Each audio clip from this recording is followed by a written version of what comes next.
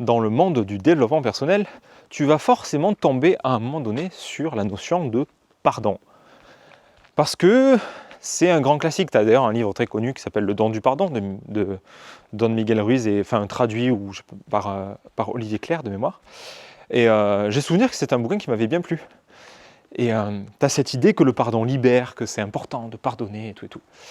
Et cette année, j'ai beaucoup plus plongé dans la CNV et ça m'a fait arriver. Je suis arrivé au constat que le pardon, c'est complètement absurde. Parce que on a tous les deux en tête des moments où tu as quelqu'un qui fait une crasse, que ce soit quelqu'un de ta famille, que ce soit un client, n'importe. Moi, il y a eu plein de moments où j'étais une bonne poire et puis on me l'a fait à l'envers.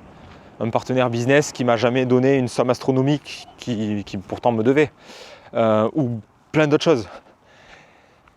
Et dans ces moments-là, je reste crispé, je reste sur mon truc en me disant putain, fais chier.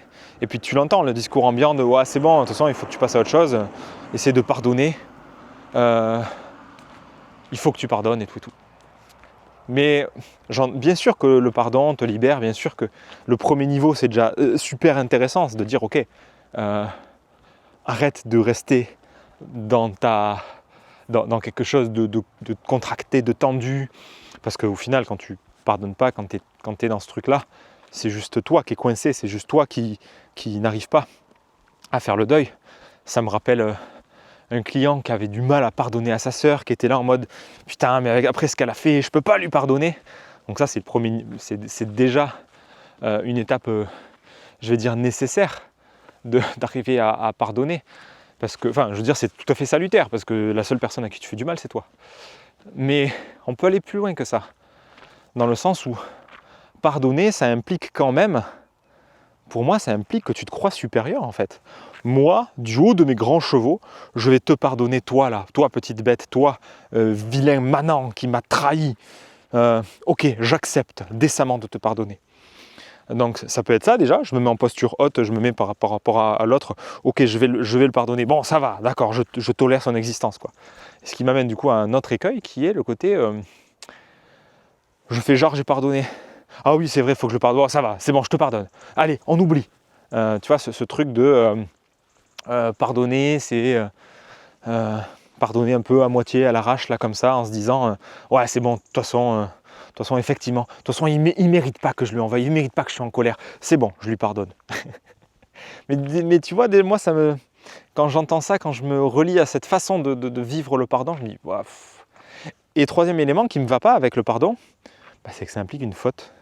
Et une faute, ça implique de la morale, ça implique un truc très vertical, comme une loi, quoi, un truc absolu de ah mais la vie elle est comme ça, tu as fait une faute là, ah c'est pas bien là, t'as dépassé la ligne blanche. Il y a une norme en fait, il y a un code que tu as dépassé, que tu as trahi, que tu as trespassé, et du coup faut que tu sois coupable et tout, et peut-être moi je te pardonnerai parce que quand même tu as fait une faute, quoi.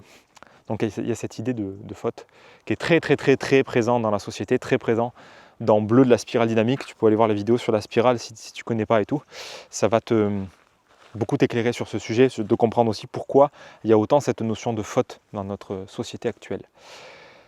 Et donc je viens à ma vision qui est aujourd'hui, ça pourrait évoluer, mais c'est celle qu'elle est, que j'ai envie de te partager, c'est que au lieu de penser en pardon, tu peux simplement, encore plus simplement, aller voir ce que c'est venu chercher chez toi, en termes d'émotions, de sentiments et de besoins. C'est là que le processus tout bête d'OSBD et de la CNV fait tellement du sens. Plutôt que me dire, ah là il m'a trahi, putain, je sais, ok bon, je vais le pardonner, et je vais aller le voir et je vais lui dire, allez, je te pardonne. Enfin, le pardon, ça peut être un peu comme un acte magique. C'est, allez, c'est bon, ting, oublié, pardonné, tac, c'est bon, c'est passé, maintenant, c'est terminé, viens, on redevient pote. Ouais, mais du coup, tu peux te faire un cadeau avant de faire ça.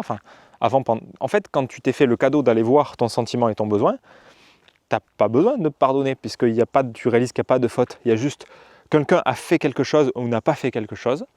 Ça a provoqué quelque chose chez moi. Ça a provoqué quoi? De la colère, de la rage, de la jalousie, de la tristesse, de la furie, de la peur, de l'angoisse. Qu'est-ce que ça a provoqué chez moi? Ok, si ça a provoqué ça, c'est que j'ai un besoin derrière, c'est qu'il y a juste dessous quelque chose qui est extrêmement important pour moi, et l'émotion, le sentiment est un révélateur de ce truc qui est important pour moi. C'est juste ça. À aucun moment, à un endroit, il n'y a pas de faute. Et il n'y en a jamais eu. S'il y a une faute, c'est que je pars d'un idéal mental, d'un truc que j'ai inventé, que j'ai pris dans le... Hop, j'ai pris ça dans je sais pas moi, dans le code de ceci, dans la loi de cela, et je me dis, ah, là, il y a une faute. Là, tu as fait une faute. Ah. Et donc, je ne sais pas si je peux le pardonner, après tout ce qu'il m'a fait. Alors que quand tu vas juste voir ton sentiment, ton besoin, enfin juste, ça peut prendre du temps, mais juste de t'offrir ça et d'amener de la conscience là-dessus, et au besoin d'avoir quelqu'un qui t'aide et qui te fait le miroir sur ça, ben après, en fait, quand tu es en connexion à ton besoin, bah putain, ça pose quoi. J'ai un souvenir où j'ai de l'animosité pour quelqu'un de ma famille, mais j'ai pas cherché à me dire il faut que je le pardonne, il faut que... Non, j'ai pris la situation et je suis allé voir ce que ça me faisait. Je suis allé voir les émotions que ça me faisait. Je suis allé creuser et j'ai vu tous les besoins qui étaient en jeu dans la situation. Je suis allé voir tout ce que ça me montrait de moi. Je fais waouh, ah mais il y a tout ça. Il y a de la liberté de choix. Il y a du besoin de soutien. Il y a du besoin d'empathie. Il y a du besoin de...